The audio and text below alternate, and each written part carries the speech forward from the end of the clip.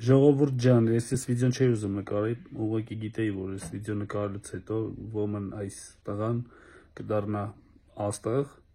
բայց իմ հումորային վիդեոները թե հիշեք, ես ասում եմ, մարդիկ երազում են, որ իրենց մատով ցույց տան, պետք է ուղղակի հիշեն, թե որ մատով իրենց ցույց կտան։ Հիշեք այս տղու վիդեոները ու հիշեք երեկվա վիդեոն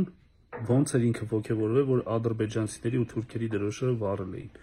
Այդ վառելը, չգիտեմ, ով ոնց է մեկնաբանում, ինչ անում։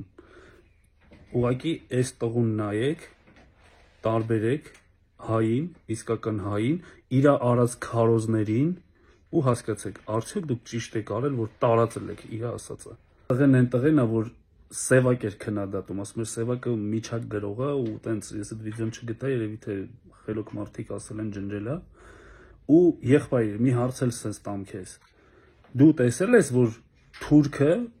իր թուրքին մեր հայերի մոտ գցի։ Անկախ ամեն ինչից ճիշտ է թե չէ, ադրբեջանցու չես տեսել, թուրքի չես տեսել, բայց դու ինչ իրավունքով ես այդ մարդկանց մասին այդպես խոսում։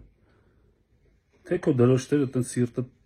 մխկտում է։ Որ մեր հայերին դրոշի մեջ փաթաթում էին ու սպանում էին Արցախում։ Դու այդպես վիդեո ինչի՞ չես նկարել։ Տարբերեք ու իմացեք ում եք լայքում, ում եք աջակցում, ում եք սատարում, ում եք հերոս գոռում, ում եք անկապ դարձնում լեգենդ։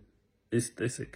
ձեր երեխեքն էլ են տենում իր քարոզներից, ձեր երեխեքը վաղը մյուսը դառնալու են վատ մարդ։ Ապրիլի 24-ը ողբի օր չէ, հուսահատության օր չէ, բողոքի օր չէ։ Ինձ համար ապրիլի 24-ը դասերը սովորելու օր է, լավատեսության օր է եւ մոտիվացիայի օր է։ Ինչպես պայքարել դպրոցի ապուշ դասատուների դեմ։ Ապուշ դասատուն նորմալ դասատուից տարբերվում է մի բանով, որ տալիս է տհաճ տնայիններ։ Պրինցիպիալ ոչ մի տհաճ տնային մի արեք։ Ցածր գնահատական է նշանակելու։ Ոչ, չթող նշանակի։ Ցածր գնահատականը ոչ մի բան է։ Դուք էլ իրեն ցածր գնահատական նշանակեք։ Պատասխանատու ասում եմ, չկա ավելի անիմաստ գործողություն, քան Հայաստանում բուհ ընդունվելը։ Քիչ է որ դպրոցում են երեխեքի ուղեղները բռնաբարում,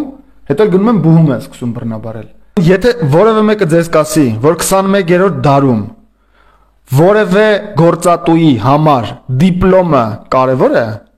ուրեմն այդ մարդուն ուղարկեք 19-րդ դար։ Ադրբեջանի եւ Թուրքիայի դրոշը վառողներ, որ ձեզ հայրենասերի տեղ եք դրել։ Դուք գիտեք ով եք։ Առաջինը դուք ձեզ օգտագործող այդ քաղաքական ուժերի ձեռքի թաշկինակն եք։ Երկրորդը դուք այնքան դեբիլ եք, որ ձեզ հարց չեք տալի, որ հարևան պետության դրոշը վառելով մեր երկրին օգուտ են տալի թե վնաս։ Դրոշը վառելը